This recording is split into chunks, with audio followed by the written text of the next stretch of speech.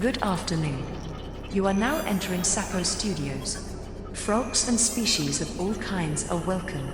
Fasten your seatbelt. You are in for quite a ride. Initiating Scratch Track Saturday in 5, 4, 3, 2, 1. Anonymous. Saturdays.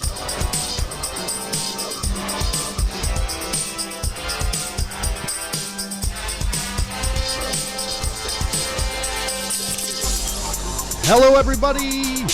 Welcome to Sapo Saturdays. You got your boy, ASAP Froggy. You got the one, the only, Bingus Frog. That guy. We are live from the art department in beautiful West Hollywood. It's gorgeous. It's raining. It's raining, but it's still beautiful. Still beautiful. It's a wonderful place to be. You're beautiful. Hey, You're beautiful. Thanks, man. You're beautiful, sir. And we have an amazing guest. Yes, we do. In the studio. Where is he? You're him, man. Is it a she or a he? I don't know. I mean, that's Orange hat guy. Orange hat guy. Yeah. Hey, what's up? Or a character. A character. Yeah. Yeah. I could be so many things. You know, Some sort of animation. Oh, definitely. I can do an animation for you. Let me just re-enter the scene. Love it. All right. All What's right. going on, man? But yeah, before we start, let me talk this whole thing up and introduce ourselves. We are Sapo Studios. Our goal is to bring the majority of profits and ownership rights back into the hands of artists. We operate under the umbrella of the Notorious Frog NFT project, aka Frogland. Ribbit. Do your own research, but get involved. We have plans to unveil a marketplace where you can buy and sell stems and do a whole lot more. But until then, we're jamming with artists, chatting with them. ChatGPT. Chatting with them about music, life, and NFTs. Today we have the amazing Turk in studio with us. Welcome. Welcome, brother. I sound like a magician. Yeah, the amazing Turk. The amazing Turhini. The Turhini. He will pull a rabbit out of his back door. That's terrible. No rabbits come in through the back door. It's good to be here. I love it. There's a party here later today. There's a gallery event. There's a party here right now, man. There's an event here today. Snoop Frog from, who we all know is set it up. He's here for about a month. I hope to do it every week until he's gone. That's how we know you. And then, that's how we know each other. Yeah. Shout out to Snoop. Yeah, shout out to. Anyway, it's very good to be here. Yeah, and, really appreciate you being here. And so I was doing a bit of research on you before you came in. Oh, is that saw so? that you're also an April baby, so that's kind of cool. An April baby. Yeah. Oh, April. You were born in April, right? I thought you were making an ape joke. An ape roll. Oh, baby. well, okay. April. Yeah, you're an April baby. When were you born? April 28th. I share a birthday with Saddam Hussein. That's a great discussion at a party. Hey, yeah, you remember that guy? Yeah. No, so you're a Taurus. I'm in the early part. You're I'm on the Aries. other end of that. I was almost born April 3rd. I was born at night at 11:02 p.m. Please don't do my chart for you astrological folk out there. But yeah, April 2nd. Yeah. So were you born in Hans Christian Andersen? I share a date with him and Alec Guinness. Oh, okay. Alec Guinness and also some other people. Oh, you know what? I share a birthday with I went to school with him, Pedro Pascal. Oh, no shit. Yeah, and Christopher Maloney. I did SVU in 2001. I'm sitting right next to him. I'm like, we got the fucking same birthday. SVU, which my immense guilty pleasure. I absolutely love that show. Yes. Oh, yeah? Yeah. I've seen every episode. Oh, really? Oh, yeah. It's a great show. Jesus Christ. Oh my God. Well, what are we going to talk about? We're going to talk about all sorts of shit. So we go back to the article. You looked me up on the yeah. Okay. So I was looking you up, and it was hard to find a lot of information about you because you got like the IMDb page where they give like a little bio and like another site where they talk about you like very briefly. So I was looking for something with a little bit more meat to it, and I come across this article ASAP. What is the title of the article I came across? You got it pulled up over there, right? Hard to find me is crazy. Well, no. Hard to find a good bio. Oh, a good bio. Yeah. Gotcha. You're all over the place, but it's hard to find a good bio. Literally, figuratively. So well, I'm not commenting on your figurative life. I have a nice figure though, pretty tight. The title of the article is "Who is Turhan Troy Caylak? Age, wife, family, birthday, Wikipedia net worth. Yeah, so they're ready to tell. That's the whole title. They're ready to tell everything there is to tell about you. Do I have a wife? Is there a wife in there that I need to attend to? Yeah. Nothing about my kids? Yeah, no. Like There's stuff about that. We'll get to that. All right, yeah. okay, So go okay. ahead, go ahead. So ASAP, read the first line of this thing that we have. No, not right there. Yeah, the one I wrote down over there. Turhan Troy Caylak is assumed to be in his late 40s. So assumed. I love that line. We're not sure. Because there's very concrete evidence on the internet to suggest what your actual age is. I'm not going to tell you. Yeah, your no, age. I don't care. But no, it's just so funny because the date is out there. So like the first thing like this terrible It is site says, assumed it's to be. assumed.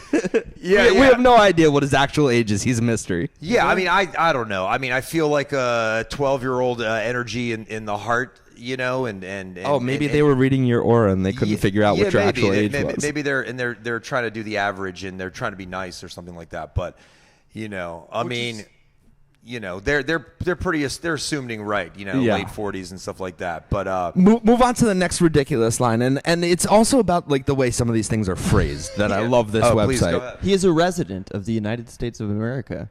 Just a resident? And is of white ethnicity. White ethnicity, that's debatable. That's I don't know. debatable. First of all, the other debate is that he's a resident. That's true. But I like when they, for some reason, I like the credibility of saying he's a natural-born American citizen who's led an all-American life as a very, you know, I grew up Muslim. The hostess left the studio. That's all right, man. I'm here. And because the commentary was scintillating, and he actually jumped out the window. I was hearing a bit of an echo, and I just wanted to address that. There he is. No, yeah, definitely resident of the United States. That may change one day. You know what I mean? Well, no, it kind of brings me to what I kind of wanted to start with. Were you born in Turkey? No. Well, I wasn't. mean, there's so much about you being Turkish on the internet that I don't know. But, I was born in the fair state of Maryland. Oh, okay. At Prince George's County Hospital in Prince George's County. And my dad used to work for the Turkish embassy, and that's why we were born there. My brother was born in D.C. at the Women's Hospital, and we were Maryland boys. And then we moved to North Carolina in the middle of my 8th grade year, my brother's 10th grade year. We were like, we got to move to North Carolina. I'm like, it's March of our 8th. Like, what are you talking about?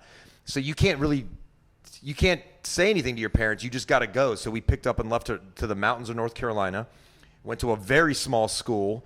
It was drastically, changed. And then was it tough starting over? It was tough because the closeout. So in the late 80s, 88, it was the year. It was 88 in metal, like heavy metal. And I was a skateboarder, and I had a mohawk that I used to put Elmer's glue in. Like Elmer's glue washes out. Actual Elmer's glue. Yeah, I found out that my other skate buddies, if you had a mohawk, if you used Elmer's glue, it washes out very easily. So every day I would put Elmer's glue. My parents didn't know; they don't care. But my hair was like, I had a mohawk. It was erect. But I was into metal too. It was erect. It had an erection on my head. It was a veritable dickhead. No, it's terrible. When you said your parents didn't know, did you put the glue in after you left the house every day? No, I would put it in, but it looked like gel. Like they weren't like, you just kind of do it and you escape out of the house. And how'd they feel about the whole mohawk look? I don't know. You just kind of do it, and my dad was at work all the time, so it was easy to skate out of the house. My mom was kind of like, I love her, but she was kind of like, come on, Mom, like we'd push her over, like, let me do it. She'd be like, okay. You know what I mean, kind of thing. Right. So they weren't traditional in any sense in terms of... No, they were. When I was in 9th grade, I got an earring. I still have a hole there. I haven't worn one since 9th grade, but when my dad saw it, he goes, get that in his Turkish accent, He showed me he's got this hand. Yeah, well, he's no longer living. He's got 2 hands, but like he's no longer living with us. But he had this in his right hand, I think. He has a chopped off finger on his index, and it had no nail on it. And the story behind how it changes, but like my mom told me the real thing. We can get into that later.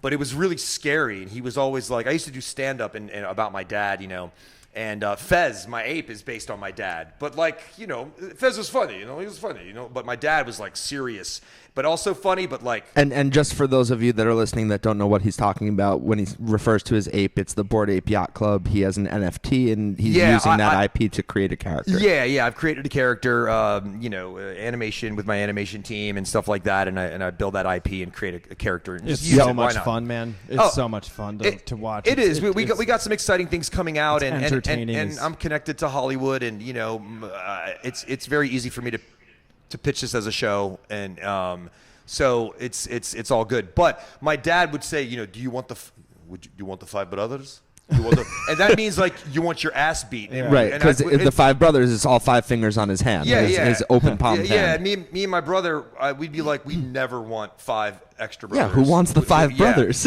So I took the earring out, and that was Rick it. James stole that, or Dave Chappelle stole that from your dad. What did the five fingers say to the face? Well, I wonder what year that was. I think. Yeah, because think it was in the probably- 70s and 80s, my dad had the 7 restaurants around like the Maryland, D.C. area. And we had jukeboxes in some of these like restaurants. They were like more like sub pizza shops, and some were like upscale. And I remember listening to Rick James. That we had a record store right next door to one of the places, so I would go and so I'd definitely be listening to Rick James. Yeah. I'm wondering. Rick James used to beat some people too. Yeah. I wonder if he ever beat Linda Blair from. Oof. That's terrible. That's From The Exorcist. Anyway, go ahead. moving on from that. So what was your first instance of performance in your life? Because I know you were interested in music, and you got the mohawk, and you're doing the whole heavy metal thing. And you said you did some stand-up. You ultimately moved into acting and producing, filmmaking. Yeah, so acting I was scared of. I didn't want to be an actor. I wanted to be a sports hero. Like I wanted to play sports. What sport? I wanted football, baseball. I was a tremendous athlete. Like Were you any good at any of those things? Oh, or yeah. was it just a dream? No, dude. Like in Maryland, there was 3 or 4 neighboring counties, and they would like. I was like. Not like, if you could imagine, like, we didn't have, like, coaches from other counties would want to trade me because I was a great shortstop and pitcher. And I was like 11, 12, 13, and football, I was just very. And generally, that's frowned upon, trading children between counties. But if you're doing it for the sake of sports teams, I guess that's what it was for sports. And then, in fact, when I was in 2nd grade, I went to as a Muslim. I grew up Muslim in this country, even though I was a natural born citizen. I went to a Catholic school from 2nd to 4th grade. Me and my brother were the only Muslim kids in this whole school. It was called St. Bernard's. It was in Riverdale, Maryland. And the teacher asked me one day, I don't know why she picked me. I don't know why, because I couldn't act and I didn't want to act. She's like, listen, the kid playing Joseph in the school play that's going to be in front of the kindergarten through 8th in the church that we go to every week at the school dropped out. Do you want to do it? And I'm just kind of like an idiot. I'm like, yeah, I'll do anything. Like, I was just like, always like, I'll do it. Like, if you ask me, I would just like try to do it, And I was like, I did it. And I was very bad at it. I actually had to bring the sides up to me onto the altar. And I'm like reading. Oh, it was terrible. And I never did it again. And then I would think you would have like some trauma from that PTSD to where like it would almost affect you ever going back to that sort of the thing. whole school was there, like kindergarten through 8th, like a big cathedral-sized ceilings at this church, like terrified. Yeah. I just wanted to play sports. It was like hands-on, I could do it, Then it wasn't until like my high school year, I broke the state record in like tackles. We won the state championship in baseball and championships in football, but I was only getting Division 3 letters, and I didn't want to play Division 3. I wanted to play Division 1. And I was like 5'11". I was 200 pounds. I could bench 365. I mean, I really I was very lean, fast. Mean fight machine. Yeah, I ran a 4.7, 4.65 sometimes. That's awesome. But it wasn't happening. Dude. Thank you. I didn't want to work that hard and get beat up in college at a Division 3 level. So I was like, you know what? I changed my mind. And then I went to culinary school because my dad owned a bunch of restaurants, but I didn't want to do that because that was a terrible choice because of what was going on at the school in Charleston. And then I said, I got out of that school, and then I flew back to Maryland, and my mom's like, what do you want to do? I was like, I opened up the book at the registration book at the school, and I said, I'll take those first 5 theater classes. I've never done it. Like, just like dumb. Like, who does that? So I did it first day. Literally just out of like gut instinct. Like, I felt like a new dawning of just like, I'm 18, 19 years old. I just want to like, you can be great. Like as an actor, like you can be any size, any color, any gender, it doesn't fucking matter. So like, I don't have to get beat up on the field in sports. I can just fucking I'll try acting. And it turns out that I had some raw talent. And then I got into, because I was muscular, they were like, you need to loosen up. They're like, and I was like, okay, take some dance classes. Next thing you know, I'm in a professional, like a year later, I'm in a professional ballet modern dance company in DC.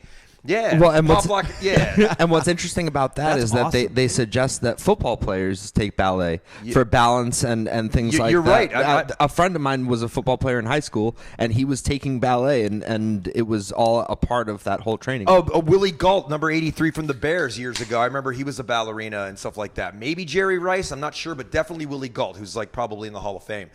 So yeah, I did that. And I studied opera there, and I did recitals. I just ate it up. I did like 40 shows at this college. Then I transferred to NYU, made this black and white film about Charlie Chaplin. Which, by the way, I saw that you were at NYU Tisch, and so jealous. I auditioned for Tisch, and they were like, "Your audition was great. What are your grades like?" And I was like, "Yeah, I'm a B+ student." They're like, "You're never going to this school." Oh, really? But yeah, in the audition room, the guy was like, "Yeah, your audition was great, but you're never getting in with those grades." That's crazy. Isn't that fucking insane? I feel like some of the people that they did let in were not very talented at all, and I think they were just taking money because like it's a pretty penny to go to that school. Well, it's just funny to me because they call themselves an acting conservatory, and if you're a conservatory, to be so focused on the grades part of it is kind of like weird. I don't know. Yeah, definitely. Interesting story about that. Biden just like fucking absolved all my students. Like I was never going to pay these students. I didn't want to. Fuck you. Fuck you. No, I was promised a full scholarship to that school because I was a tremendous student. I went to school every day. I was a chemistry tutor. I loved physics, and but I did acting every day, and I just went to school. I never missed a day of school. I'm always present, right? Just like in Web3, like I'm just always there. And finally, like about a month ago, he absolved like all the student loans, and I'm like, wow, what a win. So I just bought some more I just bought some more ordinals and Nice. and some other things. Flipped it into some investments. Yeah, that yeah, yeah. hopefully pay Of course. Yeah. All right. So you start with getting into entertainment through like acting. And you say, I'm going to take these theater classes. And you feel like you have a propensity for it. Why? Because your teachers were telling you that, or other students were? I mean, for some reason, I was just getting this attention. They were like, who is this new? I was like, okay. And I was getting the leads in all the shows. And I was like, damn, I can sing. Damn, I can dance. And the reason I can dance, I think, is because me and my brother had 11 years of like martial arts and kung fu training since the time we were 7. Like our parents allowed us to do a lot of the things that we wanted to do. So we went every day to that. Kung Fu is amazing. Yeah, we studied Taekwondo. When we took Taekwondo in 1983, 84, we took it like a year before Karate Kid came out. Right, so we were like, "Holy shit, we're like early, ahead of the curve, like early. Yeah, already cool." Yeah, we're already cool. That seems like to be the story of my life. Like I'm always early to things, Hence Web3. Web3. Yeah, and so when I got into ballet, I was just like, "Oh, I can move and dance." And I used to break dance too. I mean, I did everything, And so I was just like, "Lo, I'm just stacking up all these different talents." And then my mentor, who I studied music with, their music theory and stuff like that, he was like, you should go to NYU. So I did, and then I stayed there for 20 years. I had a kid. She lives next door to me now, and she's 23. And 95, 98, I had an agent while I was in school. It was like I was auditioning 5 times a day. Like literally, I was telling my agent, "Can you give me a day off?" Like it was just so much going on. How did you get your first agent? They were just aware of you through the NYU Tisch program? Dude, so I went to study with David Mamet and William H. Macy at the Atlantic Theater Company through NYU. That was one of the studios. With Mamet himself? Yeah, he would do master class. Fucking unbelievable. He would do master classes and stuff like that. It was a great time. It was a great time. I think William H. Macy just got nominated for Fargo, and he was talking to us about that. Were you studying with Mamet as an actor or actor? That's interesting because I read his book Truth and Lies, and he talks about how like the actor is kind of they feel a sense of overimportance almost when it comes to the acting part of it. And he's like, I wrote the words on the page for them to be a certain way. Just read the words on the page and don't get in the way of that. Yeah, yeah. With that kind of like not disrespect for the actor, but the way that he kind of casts the actor aside in that sense as part of the process. I'm interested to hear like how it was working with someone like that Okay, as so, an actor? Okay, so I studied, the Shakespeare Theater with Michael Kahn. He ran the Juilliard division. Only 20 students. That was in D.C., right? Yeah, only 20 students out of like 8,000 who auditioned got in. I was 20 years old, so I had I had tremendous training. I started writing sonnet poetry. I got published 3 times, and then I started writing a bunch of plays when I went to NYU. But back when I got to NYU, they wanted to put me at Stella Adler, and I said, you know what? I'm going to change. For some reason, I already know Stanislavski technique. It's the basis for most acting. I said, I want to try Practical Aesthetics Workshop, which is David Mamet's whatever, and it's all about practically acting. Like, don't try to like create a character. What is the scene? What's the writer's intention?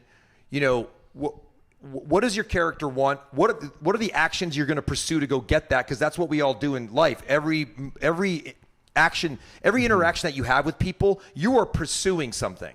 You want something from them, little or small. You want something. And I feel like he doesn't almost believe in subtext, that there isn't really much, that it's like all about, it's very face value. Yeah, it's like create nothing, deny nothing. The emotions are there. Don't try to just say the words, be in the moment. What is going on with the other person in the scene? Most actors are thinking about themselves and they're very like internal, and it's like, no, you don't do that in life. Right now, I'm checking in to see if you're listening. I'm looking at your partner here and seeing if his eyes are following my words. We do that all the time. You don't, it would be stupid if I were just in this podcast right now going, I'm not even like, I turn my back to you. It makes no sense. So I love that. It's like practically doing it. So to me, I was way ahead of the game. But a lot of actors that were studying that, they were offended by it. No, maybe, right? No, they weren't offended. They were stripping away all their raw talent to do the technique that David Mamet put forth just by the book. You're not supposed to do that. If you don't understand the scene raw sensibility, then you just don't have it. Mm-hmm. It's going to be a long time before you can just tap in. And really, it's like acting is telling the truth under imaginary circumstances. It's like me and you. If me and you wanted to play a prank on your partner here, we have to have a believable story that we're convinced by, and then we have to pitch it to him. And he can't tell at any moment that we're lying. Right, you can't be in on your own joke where you're snickering the whole time. That to me is acting. Right. That's what it is. It's like if it ain't real to you in the moment, it ain't fucking happening. Just like anything, just in real life. Right. If you're not feeling it, the person that you're talking to is gonna call bullshit. You know what I mean? Right. So this is a prank, man. This whole show. Yeah, no, we're not live right now. Oh, cool. All right, fuck you guys. Take care. No, fuck you too, man. No, so you start going on auditions and they're just being thrown at you left and right. No, you asked me. Sorry to interrupt. You asked me how'd I get an agent. Right. When I was at school, the head of the school of Atlantic Theater Company, Mary McCann. She played Oleana on off Broadway, so she was the first Oleana. So that's a William H. That's a David Mamet play, and William H. Macy was the teacher. Great play, by the way, fucking great. And William H. Macy is an unbelievable actor. Unbelievable. So one day I get a call. I didn't have a cell phone at the time. I'm in my apartment in Queens, Sunnyside. That's I lived in Sunnyside when I went to NYU. And I get a call, and it's like, oh, this is Ingber and Associates. Still my agent to this day. I was like, how did you get this number? And she told me my teacher, Mary McCann, submitted me. I didn't even tell me about it. And next thing you know, I have this agent. And then I'm 21 years old. Shit. I'm in college. And I get this agent. And then I get another agent the next day. It was submitted by Mary. And it was a theatrical agent, means like film and TV and theater. Carol was my commercial agent, but I was booking I did 25 national commercials, and I just was so busy. It was the belief your teacher had in you. Oh, dude, that's where it starts. 25 national commercials. Those national commercials usually pay pretty well. Yeah, which leads to a great quote from that article. Oh, please. I was just about. I'm so glad you were there with me on that, Dave. Wait, where is it? Yeah, when it gets to the net worth section, I absolutely love this line that they dropped. You having trouble finding it there, man? Yeah. I can't wait to hear what it says. Yeah, the anticipation must be killing you. Oh, yeah. He most likely has considerable wealth thanks to his acting profession. Who's writing that? Who is writing this That's article? what I was going to ask you earlier. Tell them I have $6. Is there like an author of this article? Yeah, Chat GPT. That's hilarious. Yeah. Oh yeah, pretty no, there ridiculous. is. Should we say their name? Yeah, fuck Yeah. it. Dox them. They've doxed every part of Turk's life over here. Simran Suba. Oh, Simran Suba. Simran Suba. Don't know that person. Definitely going to contact them. Simran Suba is a writer with a passion for celebrity news and entertainment with 2 years of experience. I'll have to contact. In You know, the yeah. industry. If you're in the union, I mean, I got in the union right away. I did my first commercial was a Fleet Bank, which was bought by Bank of America, and it was in Yankee Stadium. Here I am, 20 years old, 21. I'm sitting in the old Yankee Stadium. I'm the only one in it besides the director and the shooting crew, and I'm sitting in the stands. I'm like, holy shit! That commercial ran for 3 years as a national union commercial, and I made, Jesus, I'm not bragging here, but like 6 figures. But I didn't like buy a Lambo. I just like rolled it in, and I didn't even pay my fucking student loan. I was not going to pay that because I was bitter. Never intending I was on paying bitter. They that. were going to give me a full scholarship. They said, yeah, "Oh, we good. only have a couple of grants."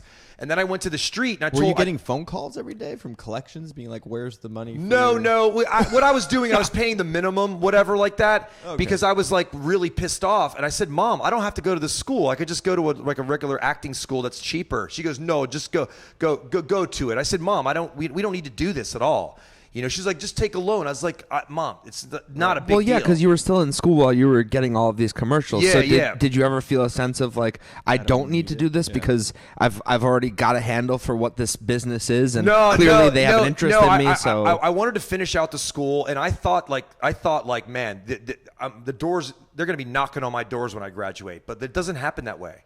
Right. It doesn't happen that way. You know, I did a show at NYU, and Bob Krakauer, who was a very famous acting teacher, I did a show called Camino Real. It was by Tennessee Williams, and I played Jacques Casanova, and I was just like, he gave a great performance. During our dress rehearsal, as I'm bowing, he comes up on stage. This is one of my acting teachers, Bob Krakauer. Like, Bob Krakauer, just to give you an idea, if you see the opening of The Social Network, that opening scene with Jesse Eisenberg and Rooney Mara, he coached them. He gets hired to make your scene better. And that's what he does. He gets top dollar, like when his classes go. Pretty important guy. Yes, pretty important guy. He comes up on stage, grabs me, hugs me. In my ear, he says two things. He says, "You're my wife's favorite actor." I'm like 21 years old. I'm a favorite actor of a fucking Broadway. Like, she was a Broadway star. And I'm like, wow, I'm touched. You know, you don't need to tell me that, but thank you. And then he tells me, he goes, "That was the best performance I've seen in 25 years of teaching acting out of any student." So here I am taking that in like, oh my God, this feels good. Bob Krakauer is saying this, right? And so after I graduated, a year later, one of my agents dies. Michael Hardig. He was a famous agent. He died. He just totally died. He was 58 years old, had a heart attack. Here I am on the street. I got a backpack. I got a Rolodex, like not even a cell phone. I'm going through my Rolodex looking for Bob's number. Found it. Call him. I go, "Hey, what's up?" He's like, "Yeah, who's this?" I go, "It's Turhan." it's your wife's favorite actor. It's your wife's favorite actor, man. Is she available? Are you guys still together? No. So he goes, "Yeah, what's up?" I go, "Listen, I'm so sorry to do this, but like my agent just died, and I don't know, you know, it's sad, and it took me a while to call because I wanted to mourn for him and stuff. But I was wondering if you could help me out getting another agent." And he said to me, he goes, "Man, I don't do that." And he hangs up on me. Oh, wow. I mean, here's a guy that was like sort of like a father figure friend kind of, and just like hung up on me. And I carried this around for a few years of like being bitter at him because I thought I was owed something. And I carried that with me, which is fucking wrong. Yeah. And I didn't realize Well, that. yeah, I mean, nobody's owed anything, but at the same Yeah. time, you know, he could have been a little bit nicer but yeah, about it, he- I'm sure. I think the thing that you're hitting on is like carrying it with you, and that's the message to take away. Bro, so I walked, so a few years later, I walk into a casting office, and the casting director goes, after I did my performance, she goes, "You're great. Like, you're really good. But when you walked in here, I don't know what it is. There's this sheen on you that feels like you're owed something." I said, "Are you kidding me? Really? Because I'm so happy to be here. And when it's time to work and do the scene or whatever, I'm fucking all in." But I said, if you're seeing that, there's a lot of examining I have to do because I don't give a fuck if you're good. You have to be relevant. And Bob's not going to be waiting around to wait till you graduate so he can knock on your door. He's busy doing shit. You just have to keep plugging away in living life, and if you want to act or whatever and get your numbers up, you just got to be relevant. And if you have to be crazy to want to be an actor. So what did you do once Bob hung up on you?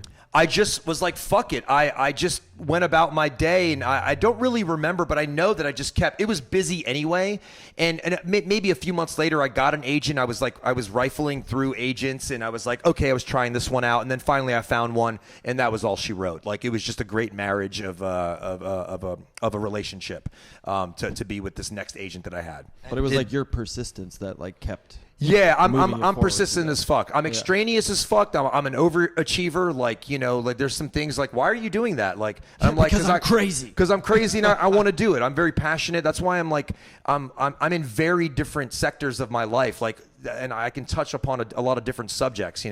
Whether it's like studying, philosophy or chemistry and physics and and or sports and fucking Web3, bodybuilding too. And with your parents being traditional, with your dad working in such a stable job at the embassy, what did they think about your whole acting career and that endeavor? My mom was supportive. My dad thought I was gay or something.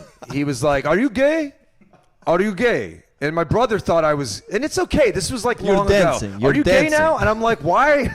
Because you're doing theater? I mean, sure, there's a lot of gay people in theater. Everyone that does theater is gay, so obviously. when they asked me that, I just open mouth kissed them, and they were like, Yeah, okay, and they you're shut gay. up about it. You're gay. All right, you're Yeah. gay. It's okay. It's okay to be gay. No, but my dad ended up being like, before he died, like 20 years later, he's like, holy shit, you're like on major television shows. Like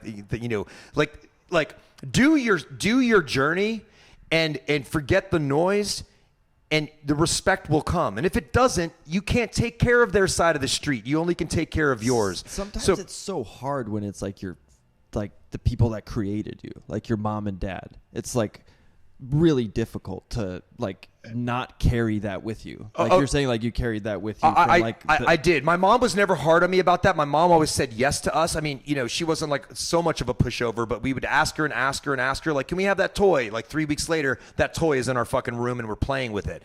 Kind of person. She was the best mom. I love her. She's still alive, and she's 20 years younger than my dad, so that's good, right? So what was the question? The question was, so in Turkish households, it's just like any other traditional old country household. It's like, why are you not doing business? Yeah. Do some business. Do something business. And I'm like, I'm an artist. And I didn't think that when I was a sports person. You do art. But I can adapt to any situation. When I got into music, I'm like, oh shit, I just followed that nose, and I just didn't care about the noise. And my mom respected that.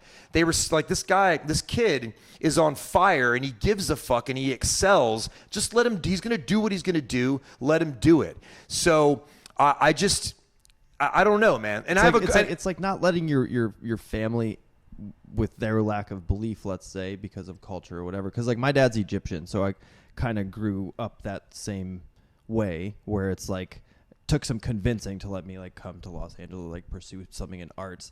And it's like, well, and your dad's in the medical field, so right. even So more it so, it was like, why don't you become a doctor? go to Yeah. medical school, like David. I love the Egyptian accent, man. I have I just, especially the men. I have some Egyptian friends. The way they talk, come with me, I want to talk with you. Like the way I love it. Yeah. No, but I agree. It's tough. And my brother wasn't much of an artist. I mean, he tried acting a little bit. He was very good, but he was just always like, I want to make money, and he does, and he does that, and that's what he wants to do.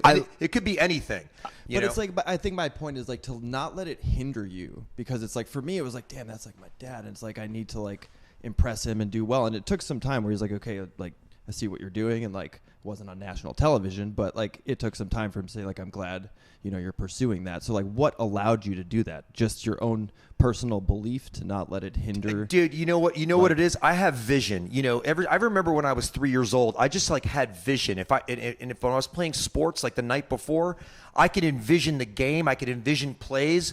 If I made a mistake on a play, on this play and got a flag or whatever on the next, because I went both ways. I was defense and offense. I would make a play. I would get a fumble recovery. Like, I just could make shit happen. So like when I apply that to like music or writing, I just like am in the zone, and it's just like, get out of my way. This guy is gonna cook. I just believe in myself. Like I just totally, I'm present. I want to be where the action is. That's why I never missed a day of school. Perfect attendance. I got certificates for it. I was always friendly to people. I talked to everybody. And anyway, go ahead. Oh no, I love that, man. It's like vision. That's what you have to have. You have to have a clear vision. And like, I think that's something for artists listening to take away, it's like, and to not let people hinder your personal vision for yourself. Just because they can't see it doesn't mean that you shouldn't continue with your own internal vision. Yeah. So like, that's the thing. No, it's that vision. And it's like, I have to say, like, it sounds like, I mean, this show is right now is about finding out about me, but like, I just like, if you're on my team and I'm on your team, we are going to maybe take some losses, but we're going to fucking win. We're just going to fucking win. And I want to just play with people. I want to play those games. What are y'all doing? I like what's going on here. Can I play with you? Yeah. And I will do my best to connect to people to the team and make it stronger. I will learn to adapt. I'll learn to, I apologize when I'm wrong. It's all about what's going on in the nest. I don't want to be great by myself. I want to be great with people. That's it. Same. There's no, I want to be a part of a team, and I don't just want all the awards. Awards are like, great. I'm glad I got a bunch of them, but like, they really don't mean anything. You're only as good as your last award. Like, I want to get back to the studio. I want to get back to the business at hand. I want to keep going. Like, I have one chance. I have one chance in this life, or one life to live with many chances, but like, what story do you want to tell? Do you want to tell the story where you're at the bar looking at the TV going, I could have done that? Yeah. No, I'm never going to say that. Yeah. I'm never going to be saying that. Yeah. It's just not a part of my vocabulary, And so that's where I stand with that. Yeah. yeah, a lot Give of me chills gusto. over here, man. Yeah. Chills, baby. Yeah. It's, like it's snowing in LA, baby. Inspiring, dude. I'm gonna pause us right there to reset the room. Our lovable business partner Dan over here made sure that I was out, Toby. Yeah, I was on track with that. So let's go ahead and set the room. Remind people who we are. Thank you for being with us. We are Sapo Studios. Our goal is to bring the majority of profits and ownership rights back into the hands of artists. We operate under the umbrella of the Notorious Frog NFT project, aka Frogland. Do your own research, but get involved. We have plans to unveil a marketplace where you can buy and sell stems and do a whole lot more. But until then, we're jamming with artists, chatting with them about music, life, and NFTs. Today, we have Turhan in the studio with us, who also goes by Turk, who has lived an amazing life of just getting acting role after acting role. And I want to ask you, when you started to gain that traction and you're in school, you didn't even submit for an agent, but now you have one that's being thrown to you because someone else had submitted you, and then another being thrown at you from another direction. You start booking commercial after commercial. Things are rolling for you. Did you get any feeling of like, wow, this is easy? No, just honestly, because it could feel like, people make this out to be like a really hard thing to get into, but I'm over here doing just fine. I don't, listen, I'm not saying it's not hard. It's definitely hard, but like, I don't know, man. I'm a good person. I mean well, I'm honest, and I was a cute young guy. I was very in shape, and I was versatile, and I just never wanted to give up. I just don't give up, man. Gang. Yeah, gang. I just don't. Yeah, gang, like, and I like to do shit like that. Like when I said gang on Barry, I totally switched up the lines. Nobody asked. Next thing you know, it's on the trailer, and I'm like bridging Web 2 and Web 3 in one moment on Barry, and like nobody knew what I was doing. Shout and out that's Gutter fuck, Cat and that's Gang. and nobody got hurt, and that's so sweet to do. And the Gutter Cat Gang love that shit, and I like doing that stuff. Those are fun little surprises that come out of my extraneous sort of overachieving behavior. It's super fun. Nobody gets hurt, and the other thing I'll say. Like, let's say, like, I'm in my late 40s, right? So, like, Fez, that AR thing. That's it's assumed that you're in your late 40s. So most people probably hate that I'm doing that. Maybe they hate apes. I don't give a fuck. Like, I'm not really doing it because of apes. I'm doing it because of the literal IP thing that they sold to us back in 2021. I don't care if that floor goes back to where I bought it at, which was like, $600 or whatever. I'm doing the game of social engineering using that ape to create story. And I didn't stop. Like the first couple ones, like, oh, I only got 3 likes. So most people will be like, man, that sucks. I'm going to give up. Nobody's taking to this. Now I have like well-known artists that like, hey, can we do a Fez video together? Like artists that you think that wouldn't be like, I just do art. I don't do like, who gives a shit? It's all arbitrary anyway. It's like so let's get into the NFT thing for a minute. You got it, buddy. Since you're kind of like leaning us in that direction. Do you feel like people are missing the point of this whole thing because they're focused too much on the floor prices and they're focused too much on the money aspect that this is supposed to be an investment. I'm supposed to be seeing some sort of a return on that investment immediately, as opposed to, there's these smart contracts that do a certain really great thing that are facilitating a lot of things for artists and others of creative nature that weren't getting their due before. And there's all of this IP that people are able to dip into now, and all of these other things that you can do with these assets. And it's not just about the money, or like, where do you see people with respect to that? So 2021 was a big fluke. So people, everybody was a great trader, so to speak, and you like I always say this, like you could fall down and mint a bet, like an ugly picture, and then next thing you know, you flip it for 20 ETH. Yeah. Like anybody could have been a great trader at that time. But to me, this IP sell really is not for everybody. Not everybody that holds an ape or whatever you're doing, or a gutter cat, whatever, or a notorious frog, is going to do IP-driven stuff with that. They are going to be trading. And we need traders. It keeps things healthy, whatever like that. But not everybody's going to pursue that IP thing. And how do you make outside of Web3? Like outside of Web3, nobody gives a fuck about Web3. They don't care. Right. They don't care. I mean, if you have a successful lemonade stand, why do you need to buy okay, that's a bad example. Like if you're a millionaire, it's like sports hero, like why do you need to buy a Bored Ape? Right. It would seem just because you're following trends. Right, but that's the thing I was going to say about you creating the Fez character, is because you can.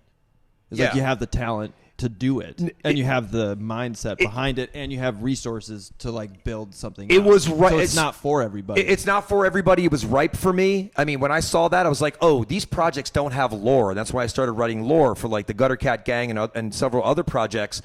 Like I was already primed for this. I know how to edit. I know how to produce films. I know how to shoot films. I know how to fucking tap in and act like a motherfucker. And so, and I'm trying to, I'm doing it to collaborate with people. I'm not doing it like solipsistically, like for myself and living in my own vacuum.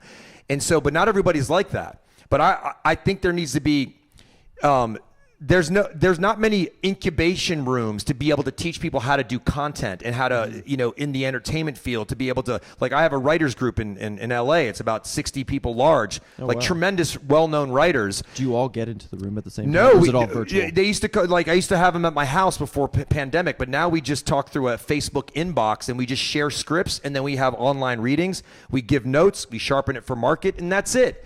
Like none of these great writers are impervious to having arguments poked in their holes of their writing. Mm-hmm. It's all about like, I'm here to teach, but I'm also here to learn while I'm teaching too. Right. It's all about how to just get better. And so we don't really have those rooms. There are some, but they're not on that level. Like most people here are like, my bags, my IP. It's like, oh, fuck your IP. Yeah.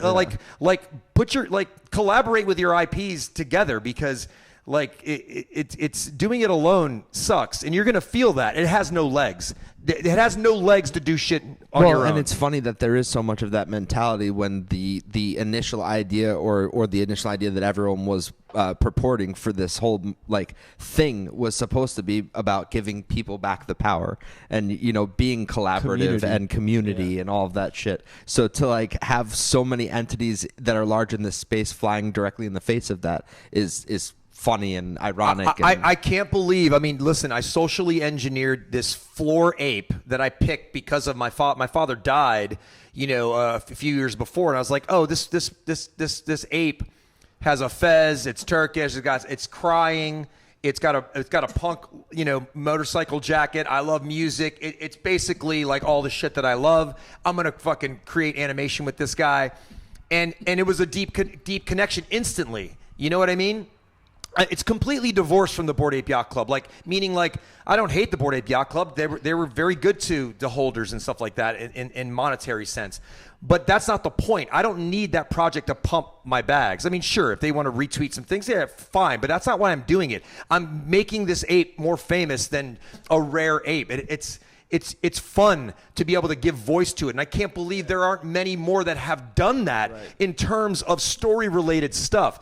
It just tells you that I'm miles ahead, but I'm trying to bring people up to my fucking speedwagon so we can just do this shit. And people so people are awesome, dude. people are sleeping. And to me, comedy is the highest form of art, in the sense of, well, it's not the only highest form of art. It is one of the most, and it's very difficult because on stage, when you're doing that shit, you can get torn apart right in that moment, or you could be riding a nice wave. But like, comedy is very difficult, and my comedy is like thematic, and it has a lot of irony, and I that's why I love like Curb Your Enthusiasm or Larry David, because Seinfeld and Curb are very thematic, and I love to use a lot of puns. I'm very good with words, and I'm just like on another level, and I'm trying to I want to work with people on that level, or also teach people how to get to that level. To me, it's very easy.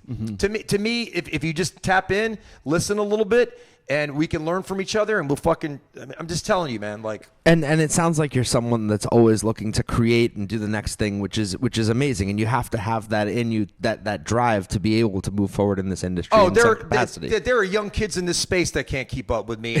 But there are young kids that are coming into this space. When I say young, like 20, 21-year-olds that are, right. You know, I love that competition because I want to be relevant in a year or two from now, 3 years, if there's any mass adoption. Like, that OG status that you think you have, like, that doesn't matter. Right. OG means shit. What are you doing today, OG? Right. Yeah. Right. So I want to continue to keep doing that and learn from some of these young kids and have them learn from me, because I got a lot of fucking wisdom, because I've been around. They haven't lived life yet. You know what I mean? So, but yeah, go ahead. Sorry, no. Don't ever interrupt me. No, I'm kidding. Fuck this. No. Sorry. Go ahead. No, continue. No. What I'm. No, what? Dude, fight him! Fight! Yeah, we already have the boxing match between you and Snoop set up. Why are you taking off your shirt to fight me right now? Well, because it's important that you know that I'm serious. You've got oil going? No, I'm kidding. I forgot. No, yeah, this is also being taped, man. It's not just a radio show. People know you're full of shit right now, man. You got a vat of KY jelly? What? Easy does it, guys. That's another show. Turn around? What? Turn around. Every now and then I got a little man. See the fucking look in your eye. Turn around. Turhan around. He's a Turkish man that's in Web 3, and he's talking out his ass. Yeah. All right. Anyway, I think we got to get back on track. Yeah. Okay. So I interrupted you, and then we got into this whole thing. If you were a transformer, you would be Interrupticon. Right. Yeah. What kind of car would you be if you A station wagon. A station wagon with the wood paneling on the side. the Griswolds. Yeah, exactly. Yeah. Anyway, all right, go ahead. Okay, so so I was kind of trying to lead us into, from this creative aspect of your life that you have. I saw that, you did the short film Mama. It won all of these. Oh shit, that was a dark film. Go ahead.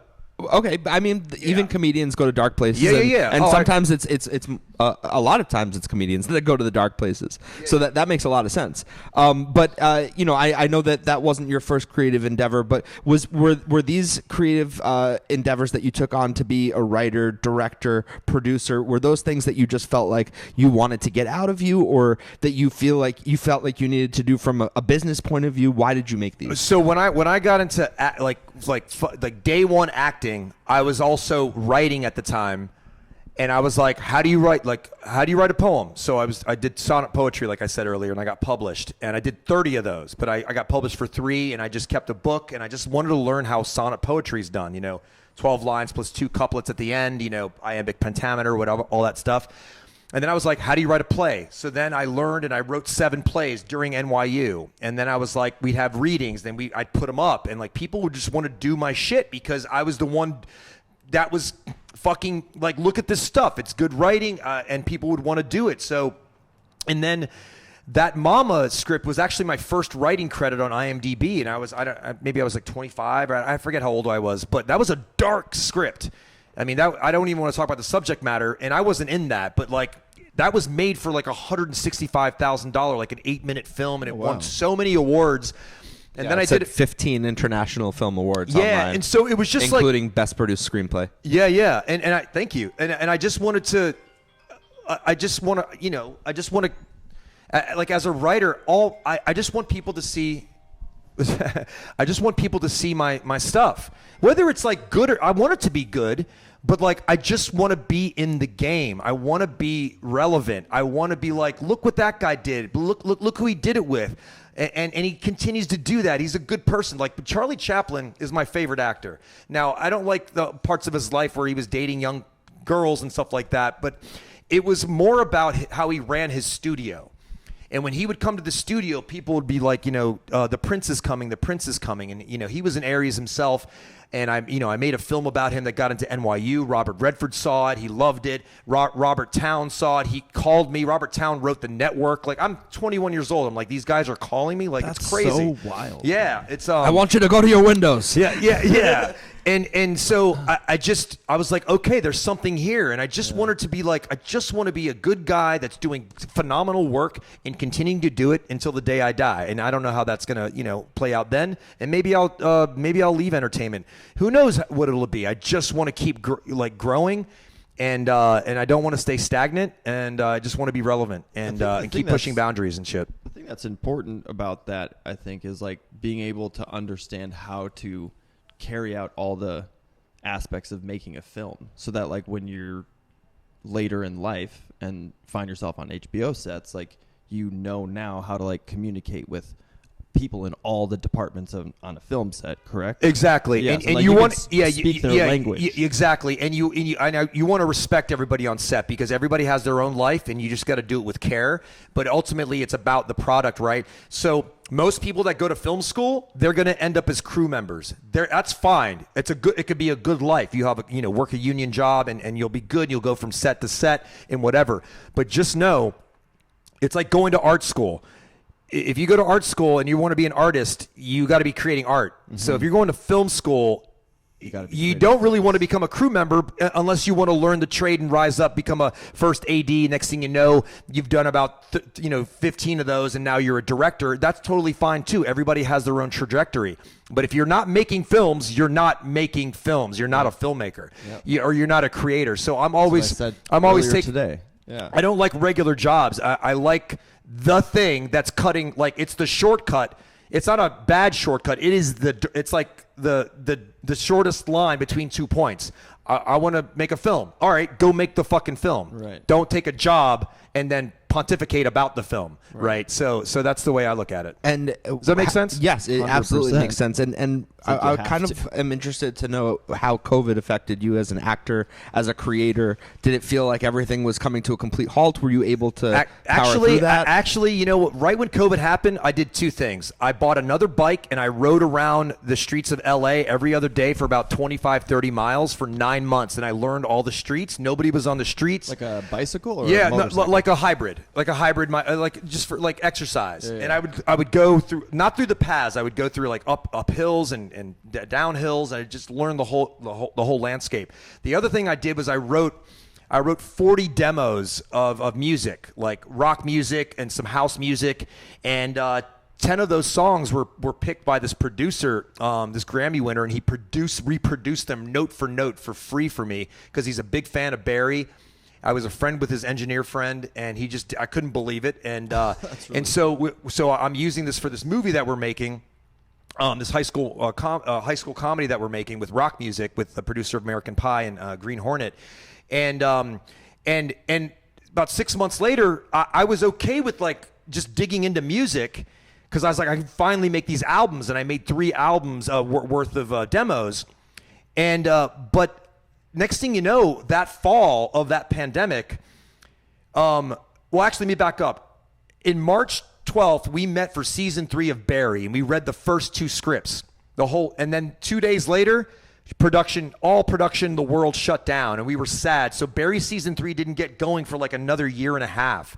But in the fall of that year, I don't know, one of my agents, he goes, dude, I don't know, we have 630 clients, but you're the only one working. And I booked like 3 shows in from the fall, like Bosch. I did like a big series, regular return on the final season, playing a hitman. It was awesome.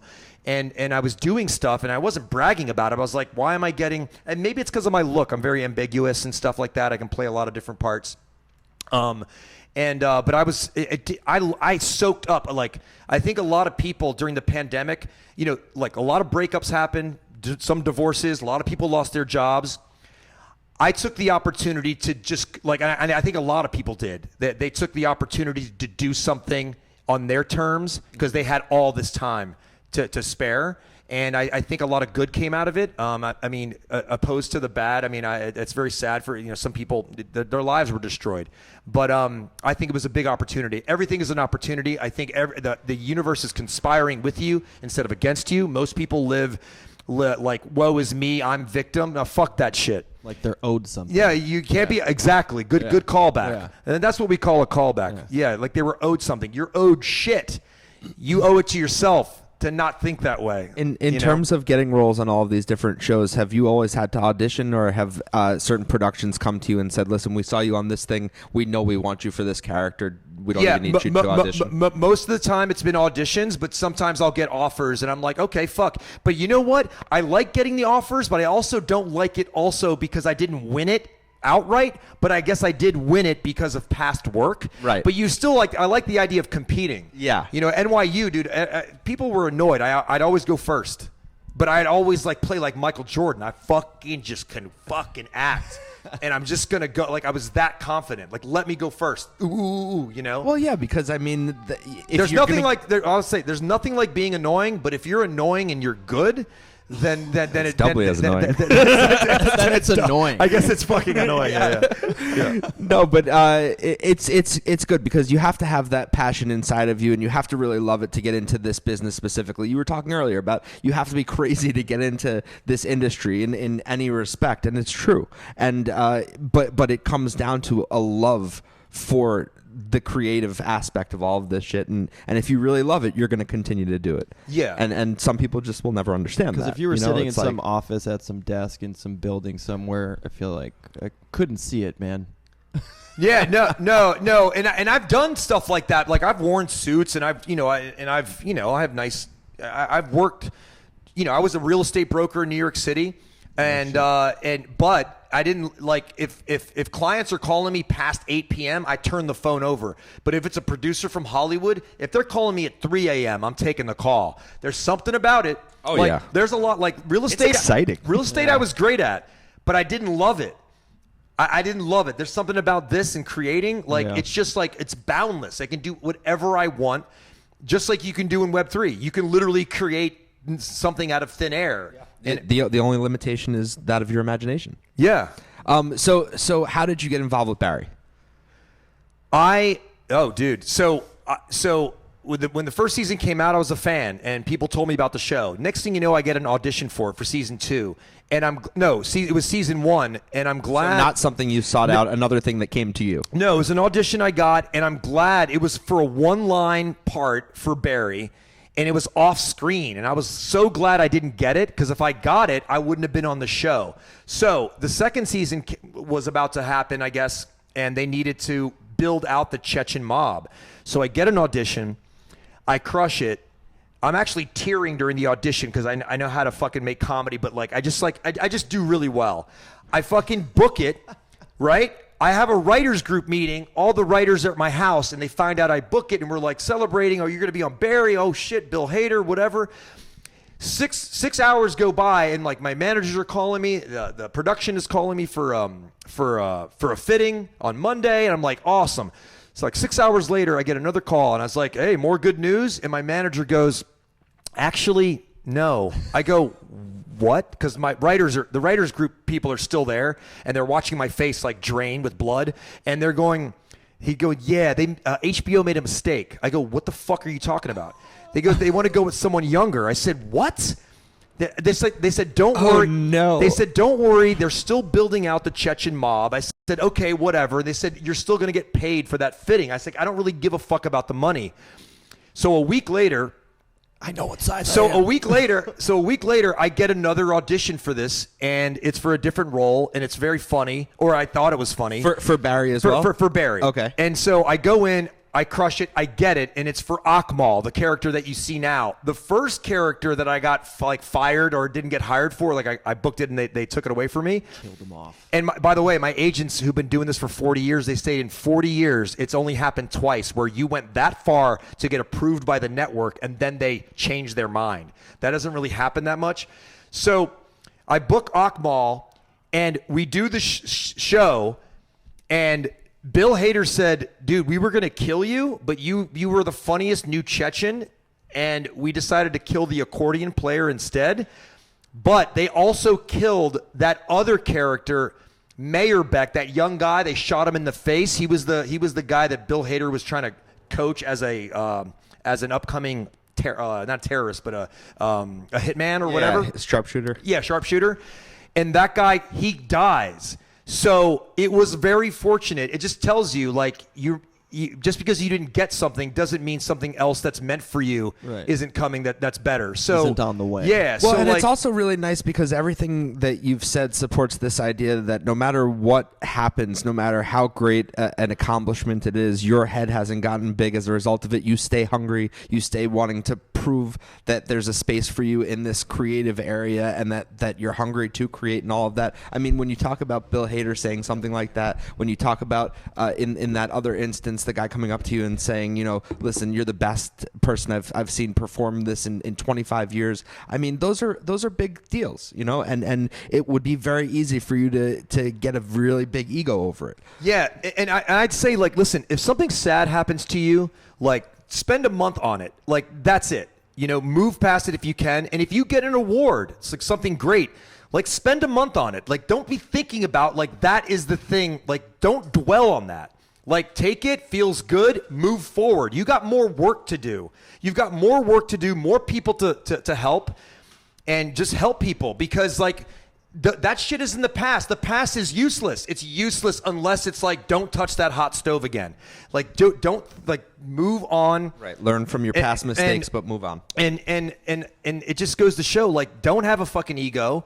And because you're like, you want to be like Neo. Like Neo at the end of Matrix, he's like watching the punches, seeing the bullets. You want to be like that guy because he finally realizes why he's the one, right? And you got to dance with the cosmos. You can't just be like, you know, ego driven. You got to be balanced. You got to be fucking dancing and moving and shaking. And I'm telling you, ego kills, man. You know. But so you referred to something that we've talked about with other artists in various aspects of various industries in the creative fields, where it's like there is no blanket, and you're only as good as your next thing, and you know you have to do your best to stay relevant in an ever-changing space that a lot of times is only getting younger and younger in terms of the demographics as well as the people inside the space performing. So do you feel like because you've been someone that's taken the reins and been creative yourself, you haven't felt that sense of where's the next thing going to come from, or where's the, you know, because you're kind of creating it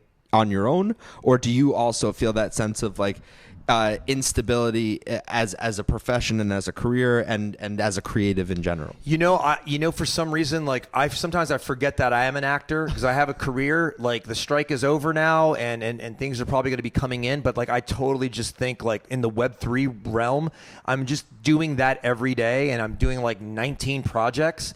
And I have it all in front of me, and that's what I think about. Like I just, you know, people want to work with me.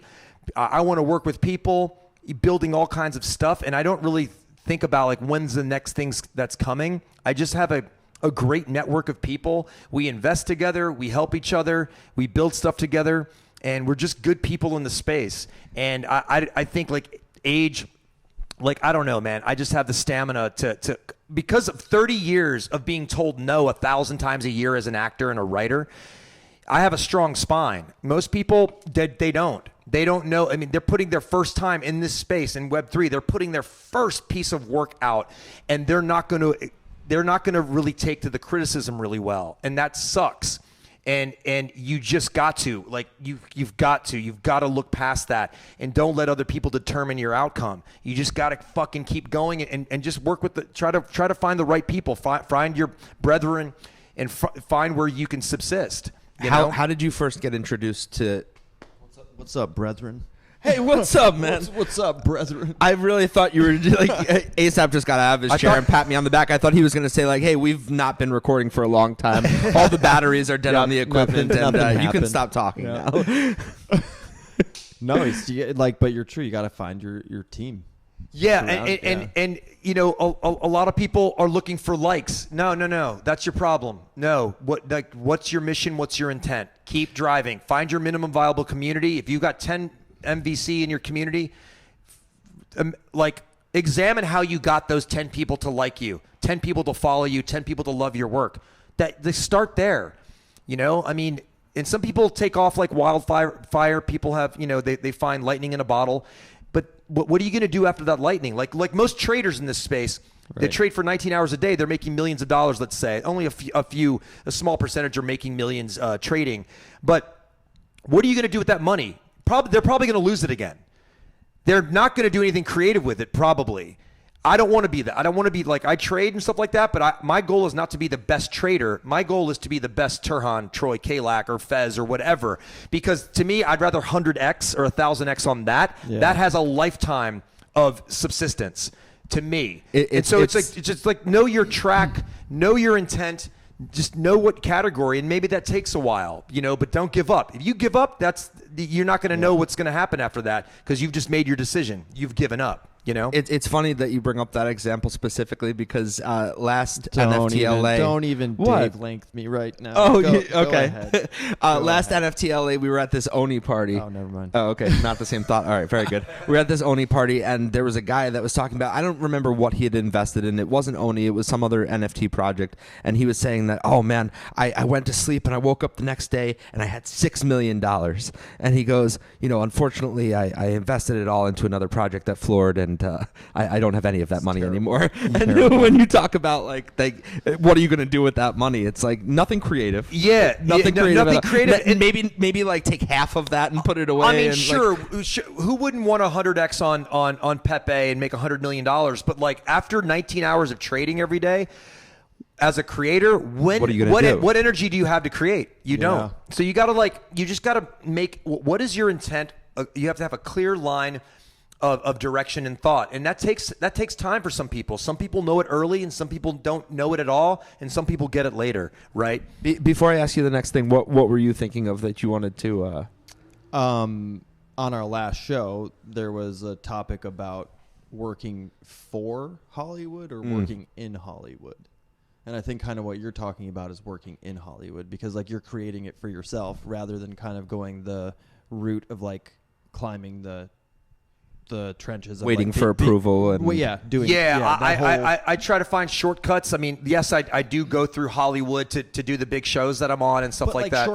Shortcut in quotes, because it's still like an immense amount of hard work. It is an immense amount of hard work, and I do like the idea of building from the bottom up, like in Web3, like Film 3 kind of stuff. It's just like I can do competitive work that Hollywood's putting out.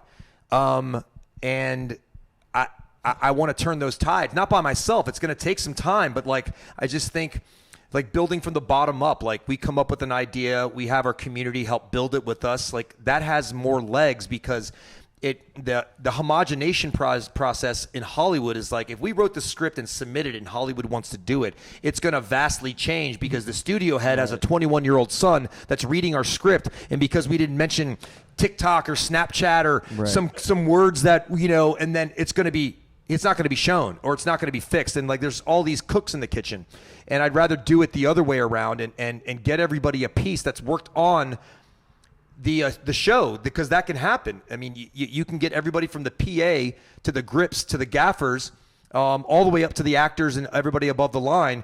A trickle down effect on the blockchain if they've helped produce that show or that that movie. And there's even more cooks in the kitchen on the Hollywood side when it comes to paying people. Yeah, which is what the strike was about. Exactly. And I think like in the Web3 ways, like you're saying, attaching all of those creators to the smart contract. What we said on the show as well is that money in the old Web2 way, like money flows into a room, bunch of people decide where it gets dispersed, and that's the problem. This, we all, before the project starts, the smart contract is agreed upon, money goes to the smart contract, and then is dispersed. Nobody's deciding when the money goes out. Yeah. In the Web3 way, there's no human that's like, now I'm going to write a check to this person. Yeah. Like, So if you were Hollywood, you'd fucking hate that model, wouldn't right. you? Oh, right. Yeah. Like, you losing control. You would hate that model, and it's very hard to pull those reins out of their clutches. And I can understand that. That's the same thing with the government. We don't know when our dollar is going to that road outside. We don't know exactly when it is, or if it is. Like that's again for the smart contract. How crazy would it be if we could see where our money went? Yeah, until they realize, man, how can we just like hide our money, but also it's transparent at the same time on the blockchain? Once we figure that out, we'll adopt. Yeah. We'll adopt Web3. I just think those guys that model is going to lose. And I listen. I don't want to sound hopeful, but there are countries that are adopting I'm in some talks. I'm not going to talk about it now, but like there's some very interesting things that are happening around the world that are way miles ahead of the U.S. So how did you first get interested into the whole Web3 community and NFTs and that whole thing? Did it start with cryptocurrency investing? Or? Crypto and cryptocurrencies in 2014, 15, Bitcoin namely. And then my buddy, who was a securities fraud expert and also an app developer, and he had projects that he would invest in, that he would create tokenized projects, not just like shit coins or anything like that, like backed and I would invest with him. He'd always ask, hey, I'm doing this, and I'd always get a return. He'd always pay me back, and he's always on to the next new thing. So in 2020, he was like, he introduced me to some digital art but also NBA Top Shot. And I was like, what's that? And he explained it to me. Then I bought some Top Shot stuff. And then that day, he put me in a crypto group, Top Shot group, whatever. And that became my main group. And we were like buying art together. And that's where we found Apes. So when the Apes started coming in, about 4 or 5 months later, Apes came in. But before Apes came in, I invested in Solana early as fuck. And then he introduced me.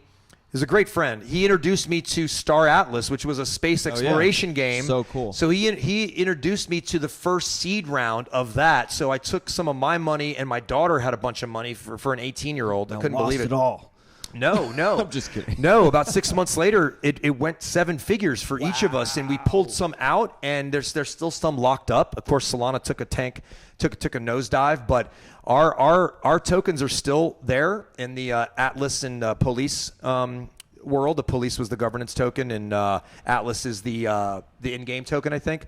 I forget, but yeah. So then Apes came out, and that's so cool, man. Yeah. She wasn't even into crypto. I was like, hey, you want to give me some like $2,500? She's like, I said, let's see what this does. Like, she had. When she graduated, she had like 35 grand in her. So she cool. worked like for 2 years and saved that money, and so she was happy. Yeah, I bet. Yeah, she was like she's still going to nursing school. I was like, one day maybe you'll own the hospital. Yeah. But so anyway. so do you see?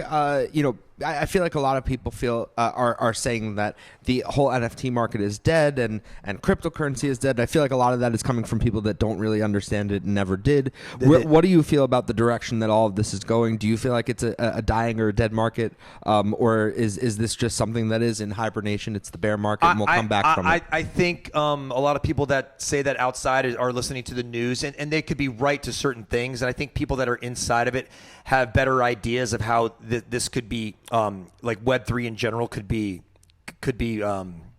maybe mass adopted, or there's people that are into art and they're not into PFPs, and I just think, like I said earlier, like nobody outside of our ecosystem gives a fuck about our ecosystem. They don't care about frogs. They don't care about apes. They don't give a shit. They're living their own life. So like, how do we make them care? And I don't think you focus on that. I think you focus on what you care about and you do good shit. And we're so early that we just need to sharpen. If you build it, they will come. Totally. Sharpening is the most important. But at the same time, you have like Coinbase and BitPay using like debit cards to pay with Bitcoin. Like I just can't wait for the day, and I think it needs to be implemented as soon as possible. Like I don't want to ever have to cash out my crypto to USD, so it's reflected on a U.S. government. Like Fed, sorry, but like Fed, like make I'm not paying my student loans back. Like make the make the Fed dead. Like it's so apparent. You know, anytime I've been audited, I've always beat the audit because I fucking call them out. I write strongly worded letters, and I know some people in the space, and I'm calling their bluff. Their bluff is completely fabricated. You know, the whole Fed is just bullshit. Like, let us be better people, have better payment systems using crypto, especially Bitcoin, and let's just be fucking a better society. And but it's this stronghold they have over us is their last. You know, it's like their last.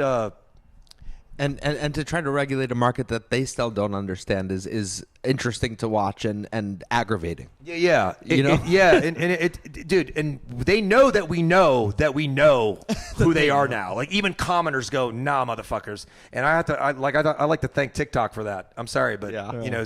Not everything on TikTok, though, you should be following. No. It's great that there's all these, like, individual journalists and whether, you know, it's good. It's good. Yeah. It's good for them. So I don't want to keep you here all day. You've given us so much of your time. I just want to end on one thing, sort of backtracking to the Barry thing, because I absolutely love Bill Hader. Was there a lot of improvisation that happened on set? And what was it like working with someone of Bill's caliber? Because he's just phenomenal. First of all, I didn't really know this, but Bill is a true auteur. He goes beyond the Criterion Collection of being a film buff. The guy is a real artist. It's like best joke wins on set, and that's how the King of Suckballs Mountain Line happened. You know, it's because what now? So like this, you know, episode 3, season 2, we're on this rooftop, and Anthony Kerrigan, who plays NoHo Hank, he throws me a line and it was unscripted, or he changed the line, and I just responded with a bullet in my shoulder, and I had said, you know, if we are you know, if we suck balls, you are king of suck balls mountain, right? And Bill lost it. He's like, keep that. Next thing I know, season's over. That was the line that actually saved my life. He said we were going to kill you, but we killed the accordion player because you're very funny. And he went on Conan O'Brien and talked about how that line happened, and he mentioned my name like 7 times. And I'm at a wedding. Somebody sends me this YouTube, and I'm like, I'm at the wedding, going in a private room before before they're about to do the wedding. I'm like, holy shit! And I'm thinking to myself, Bill has to want to tell this story. Yeah. The other thing is Conan has to vet the story. Last week's episode, we were on top of a roof, and he did this very funny thing with this other guy named Troy, where Troy gets shot and he's on the ground. I've shot him and he's in pain. And then me and Hank are having this argument. And he goes, I want you to train my guys. And I go, I can't. Your guys are great. And he goes, no, you know, my guys are And Troy is supposed to say, well, if we're you're the king of mountain. Right? Okay. That was funny. We wrote that. Yeah. Yeah, me and Alec were like, well, day's work. Mountain it is. All right. Bring my carriage around. Carriage around, sir. I was like, what? I must kill the mutton for the day. Very hard. Yeah, it's very age of innocence. Like, hello. But no, then Anthony, being a very good actor, to throw off Hank, he said, instead of saying my guy's he goes, my guys suck. So therefore, Troy had to say, well, if we suck, then you're the king of suck mountain. Right. Nice save there. Nice improv. Yeah.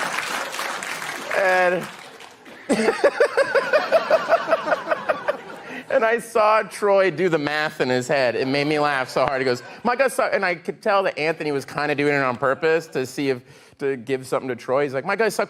And he kind of had like a little smile on his face. Yeah. And Troy going, well, if we suck, you're king of suck. Oh, my How long did you get the giggles for? What? How long did you? Oh, I how long laughed did the whole time. And it was like 100 degrees on top of this roof. And everybody was like, Bill, get it together. We gotta go. We're all burning up here. And I go, I can't. Just suck. This mountain is so funny. Right. Why did Bill want to tell this story? And it just like fucking changed my career. Even though I've been on so many big shows, like this was a monumental kind of thing. Like I eked on through by just being adaptable and improvisational. And so to tell you, like, he doesn't like pull any punches. He's like, best joke wins. Like, I don't care if you improv or whatever. And as being a serious artist himself, he would also drop into funny voices like he does all the time. And you forget, oh yeah, that's the great Bill Hader. So he was great to work with. He was nothing like you see him on SNL. He's very calm. He does transcendental meditation. He needs to. He has a lot of anxiety. He fucking hates doing live SNL. He hated it. He said if you ever see his hands on the show, they're shaking. So I just loved working with him, and nothing but respect. I was honored that I even got to be on the show, let alone 2 seasons. Yeah, and and like learned a lot.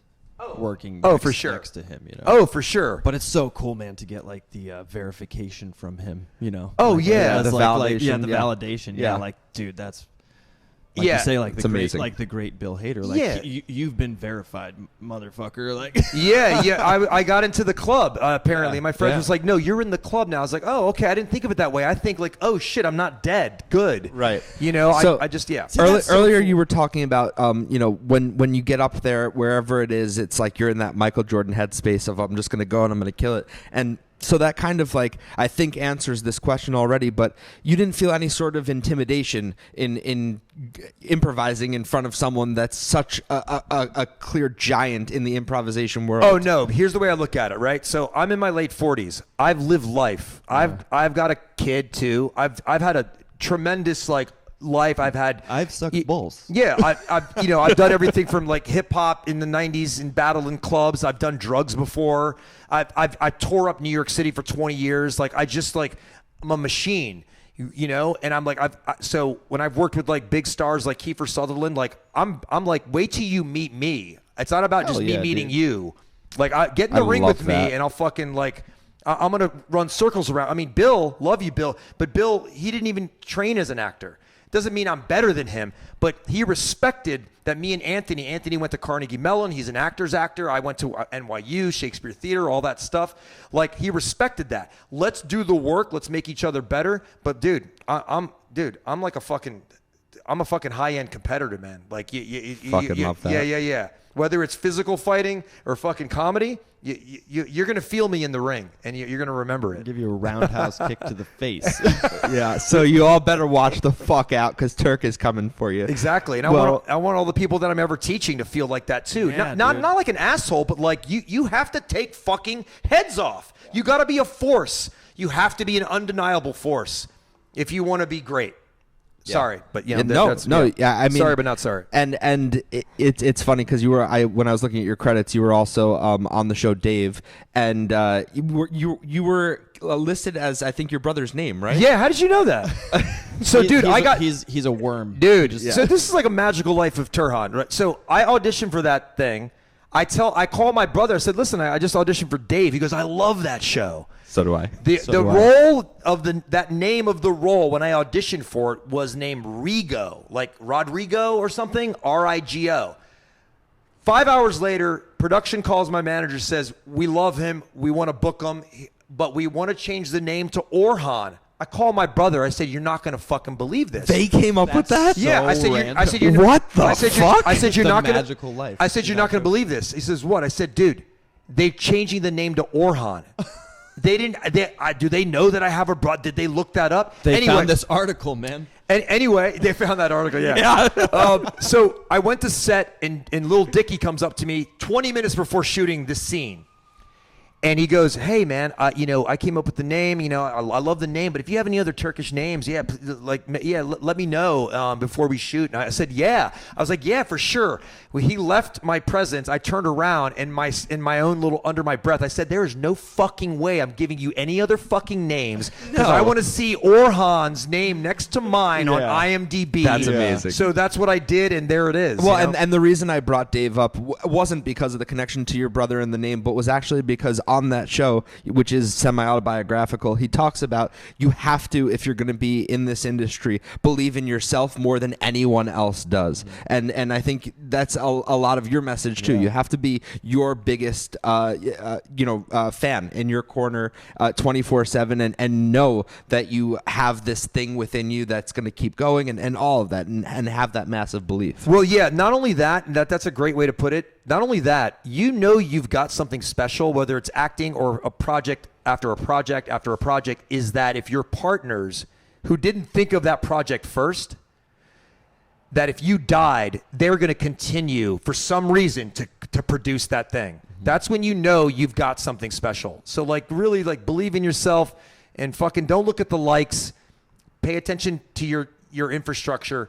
And and speaking of not paying attention to the likes, and since we referenced your brother, I do just want to call out this last thing from this brilliant article that we found, which just has so many gems. On Instagram, his brother Orhan can be found with the handle Turhan Caylak. He has amassed more than 0.5 followers on the network after 48 hours. Dude, 500 followers. No, after 48 posts, not after 48 hours. Oh, 48 posts. How they quantify things. Whoever wrote this is just unbelievable. 5,000 likes. Yeah, 0.5. 48 posts to get 500 followers, dude. That is I wish I could do that. I don't even that's hilarious. It's so funny. I'm gonna tell my brother about.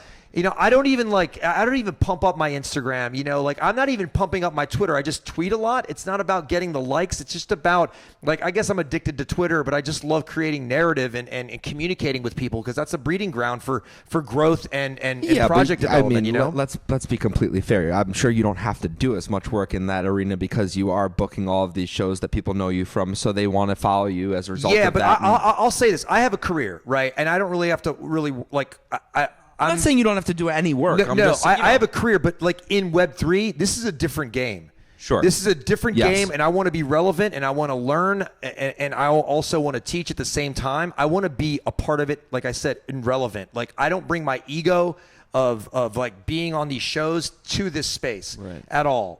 It's about I might bring the ego of dude, you want to win? We're going to fucking win, even though we might take a couple losses, but it's just that energy. But it's I don't bring that ego of I've done this over here in Hollywood, so that means this translates. No, it doesn't.